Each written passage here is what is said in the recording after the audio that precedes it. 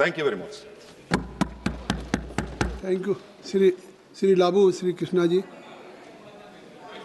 Sir, the previous speaker, Kalanidhi Veeraswamy, spoke very emotionally on this topic, but he's one of the person who He's a doctor also, no? He's a surgeon. He's a doctor, and he explained about all the ill effects of smoking, sir, but he still smokes 40 cigarettes a day, sir. That is the problem that that we have in this country. But let me tell you, sir, in the last 25... It is necessary to disclose on the floor of the House? Yes, sir. Is it necessary? But in the last... But in the last 25 years, sir, as a developed country, we have done exceedingly well in at least doing the anti-tobacco campaign aggressively across the country. I've seen in the last 25 years how a lot of changes have taken place. We used to see a lot of people smoking in the public, in the theaters and everything, but there's effective campaign that has been done and it has been brought back. And also at the same time, I remember there was a Grand Prix that was happening in India.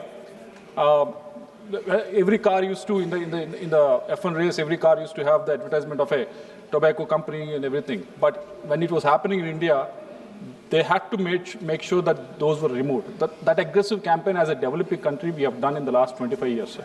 But still we need to do more of that. Sir, before I start on this speech, I want to compliment our Finance Minister, sir, on GST 2.0. It has brought the inflation drastically down. It has made a lot of goods cheaper. And not only that, sir, we have seen the numbers that have come out with regards to the GDP for this trimester, for this 3 months, which has been almost 8.2%.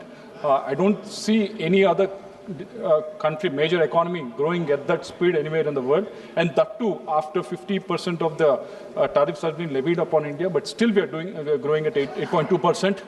8.2%, so we are doing extremely well.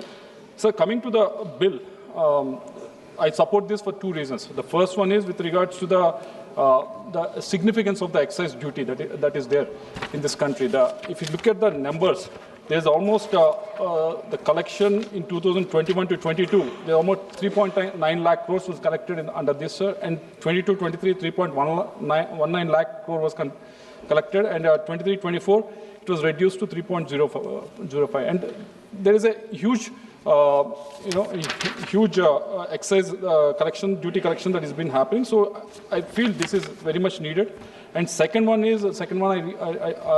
reason that I want to support this is because it is actually from cess, it is coming into the divisi pool, which I think most of the colleagues from the opposition has been asking for a long time, that move the cess into the divisi pool so that states can get a lot of benefits. I think something that's good is happening. I hope everyone can compliment on that. So, so these are the two reasons that I want to support this bill, sir. But coming to I have some two grievances and one clarification. Clarification in the introduction itself, she has very much clearly clarified, Finance Minister. But coming to the two grievances, sir, the first one is the previous speakers have elaborated on the tobacco farmers and people that are dependent on tobacco growing as well as processing and everything, sir.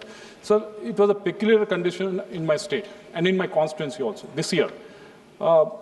There was huge production that has happened in tobacco. A lot of people have turned to tobacco in the last crop year. And there's so much of production that has happened. On one side, we are actually doing an anti-tobacco campaign. We are trying to discourage them. We are trying to wean away tobacco farmers from tobacco farming to other crops. But on the other side, what has happened was there's huge production that has happened. So many farmers have actually participated in this. When I inquired further why this has happened, there are few firms like ITC and GPI.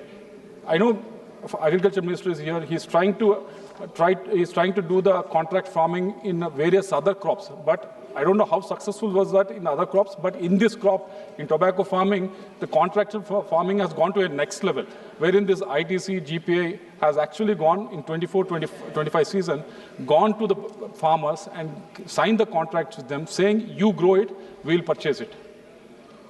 That is what they said, you grow it and purchase it. And because of that, there's a huge percolation. In my constituency, normally there's a lot of chili farmers are there, cotton farmers are there, but they moved into the tobacco because these contracts were being signed.